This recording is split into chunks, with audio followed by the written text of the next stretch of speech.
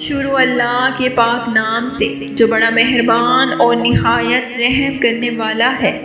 السلام علیکم۔ دجال اس وقت کہاں ہے اور کس جزیرے میں قید ہے، اور وہ جزیرہ جس پر کچھ لوگوں نے دجال سے ملاقات کی وہ لوگ کون تھے، اور دجال کے جزیرے پر کیسے پہنچے؟ کیا آج بھی کچھ لوگ دجال سے رابطے میں ہیں؟ اگر ہیں تو کیوں؟ وہ پراسرار جزیرہ کہاں ہے؟ اس کو گوگل میپ سے کیوں ہٹایا گیا اور اس کی وجہ کیا ہے؟ ہم اس ویڈیو میں ان تمام سوالات کے جوابات جانیں گے۔ دجال وہ فتنہ ہے جس کے متعلق حضرت آدم علیہ السلام سے لے کر حضرت محمد صلی اللہ علیہ وسلم تک تمام پیغمبروں نے اپنی اپنی امتوں کو اس کے بارے میں آگاہ کیا۔ یہ قیامت تک کا سب سے بدترین فتنہ قرار دیا گیا۔ دجال شیطانی طاقتوں کا حامل ہوگا اور تمام شیطانی کام کرے گا، اور وہ دنیاوی طاقتوں سے مالا مال ہوگا اور اپنی ان طاقتوں کے ذریعے دنیا میں تباہی مسلط کر دے گا۔ دجال اس وقت کہاں ہے اور کس حالت میں ہے؟ اس کے بارے میں ایک عجیب و غریب روایات حدیث کی کتابوں میں ذکر کی گئی ہے۔ حضرت فاطمہ بنت قیس سے روایات ہے کہ ایک مرتبہ رسول اللہ صلی اللہ علیہ وسلم نماز کے بعد ممبر پر تشریف لے گئے اور فرمایا، ایک نصرانی آدمی تمنداری جو مسلمان ہوا تھا اور مجھ سے ایک قصہ بیان کی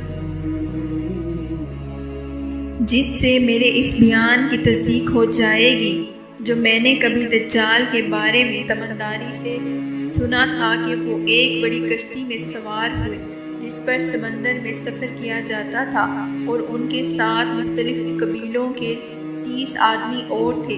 سمندر میں اس قدر طوفان تھا کہ ایک ماہ تک وہ سمندر میں بھٹکتے رہے۔ آخر سمندری طوفان مغرب کی جانب ایک جزیرے پر ان کی نظر پڑی، جس کو دیکھ کر وہ بہت خوش ہوئے اور کشتیوں میں بیٹھ کر اس جزیرے تک پہنچ گئے۔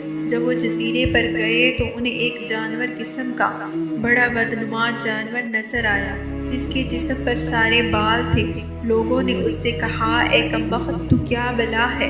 وہ بولا، میں دجال کا جاسوس ہوں اور تم لوگ میرے ساتھ اس گرجے میں چلو۔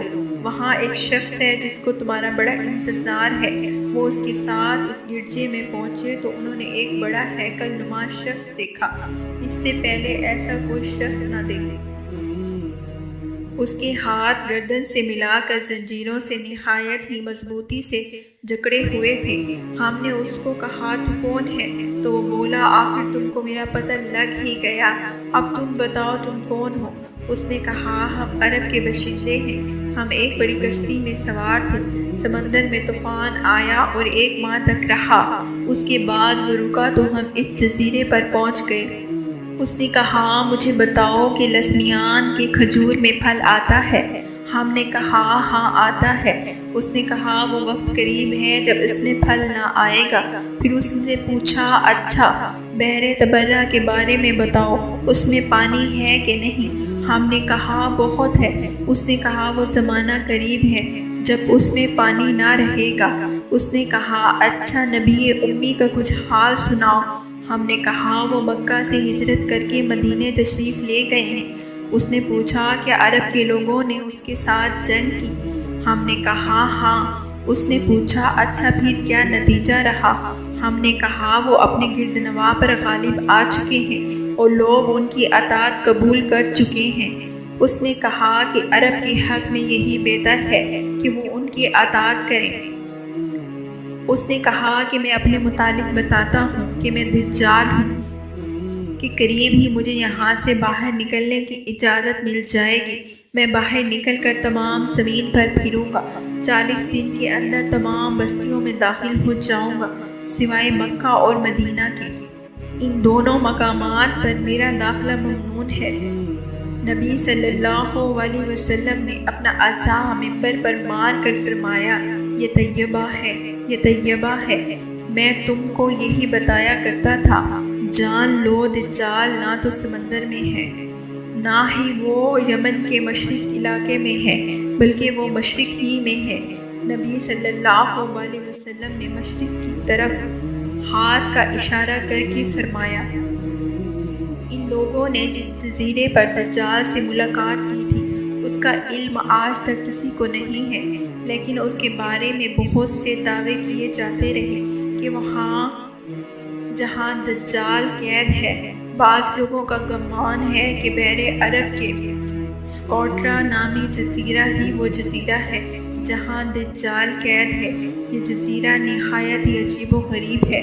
یہ ملک یمن کا حصہ ہے اور ساحل کے 4 کلومیٹر کے فاصلے پر ہے۔ اس جزیرے پر چرند پرند اور درخت باقی دنیا سے مختلف ہیں۔ اس جزیرے پر 700 اقسام کی مخلوق اور درخت پائے جاتے ہیں اور ایک پہاڑ بھی موجود ہے جہاں پر ایک مشہور غار الاحوق ہے۔ لہٰذا ان تمام نشانیوں کی وجہ سے لوگ دجال کا جزیرہ قرار دیتے ہیں۔ اب ان جزیروں میں سے دجال کا جزیرہ کون سا ہے، اس کا علم صرف اللہ کی ذات کو ہے، اور اپنے مقررہ وقت پر اللہ کے حکم سے دجال اس جزیرے سے باہر نکل کر انسانی آبادی کی طرف آئے گا، جو ہمارے لیے ایک آزمائش اور فتنہ ثابت ہوگی، جس فتنے سے بچنے کے لیے ہمارے نبی پاک صلی اللہ علیہ وسلم نے ہمیں راہ دکھائی۔ اگر ویڈیو آپ کو پسند آئی ہو تو اس کو لائک اور شیئر کر دیجیے گا، اور آنے والی ہر نئی ویڈیو کے لیے ہمارے چینل کو سبسکرائب کر دیجیے گا۔ شکریہ۔ اللہ نگہبان۔